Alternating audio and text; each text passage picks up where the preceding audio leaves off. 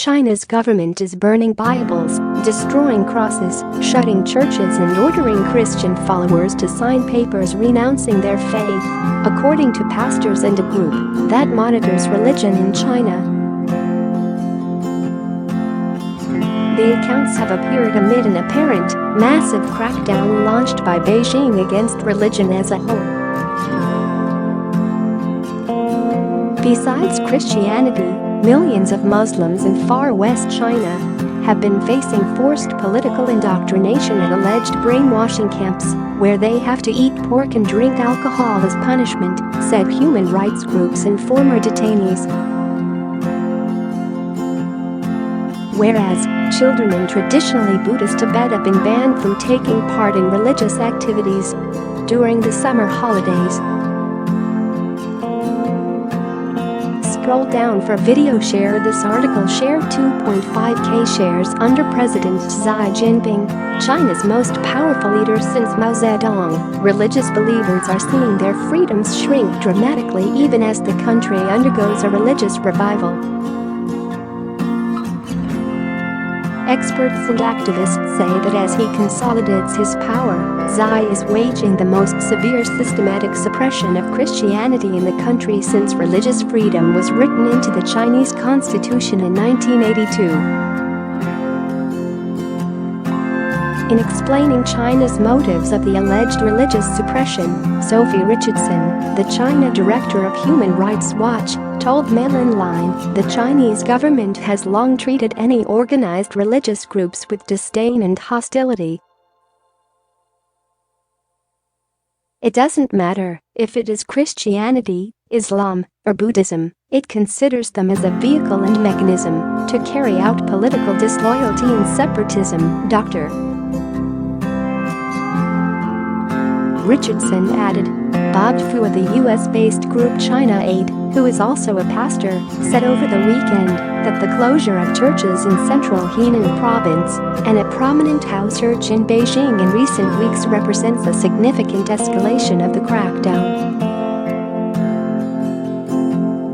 The international community should be alarmed and outraged for this blatant violation of freedom of religion and belief, he wrote in an email. Fu posted video footage of what appeared to be piles of burning Bibles in Henan on his Twitter account. He also provided forms stating that the signatories had renounced their Christian faith. He said that marked the first time since Mao's radical 1966-1976 cultural revolution that Christians had been compelled to make such declarations under pain of expulsion from school and the loss of welfare benefits. China has an estimated 38 million Protestants, and experts have predicted that the country will have the world's largest Christian population in a few decades. A Christian pastor in the Henan city of Nanyang said crosses, Bibles and furniture were burned during a raid on his church on September 5.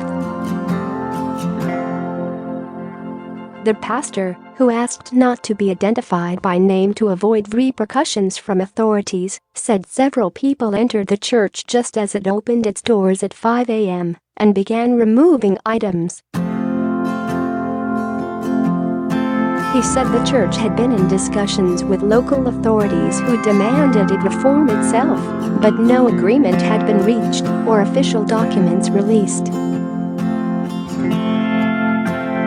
Chinese law requires religious believers to worship only in congregations registered with the authorities, but many millions belong to so-called underground or house churches that defy government restrictions. A local official reached by phone at the Nanyang city government disputed the account, saying officials respected religious freedom. The man declined to give his name, as is common with Chinese bureaucrats, while a person answering phones at the local Religious Affairs Bureau said they were not clear about the matter. In Beijing, the Zion Church was shut on Sunday by around 60 government workers who arrived at 4:30 p.m. accompanied by buses, police cars and fire trucks, the church's pastor, Ezra Jin Mingri, said Monday. Zion is known as the largest house church in Beijing, with 6 branches. The officials declared the gatherings illegal and sealed off church properties, Jin said, after already freezing the pastor's personal assets in an apparent attempt to force him to comply with their demands. Churches will continue to develop. Blocking the sites will only intensify conflicts, Jin told the Associated Press by phone.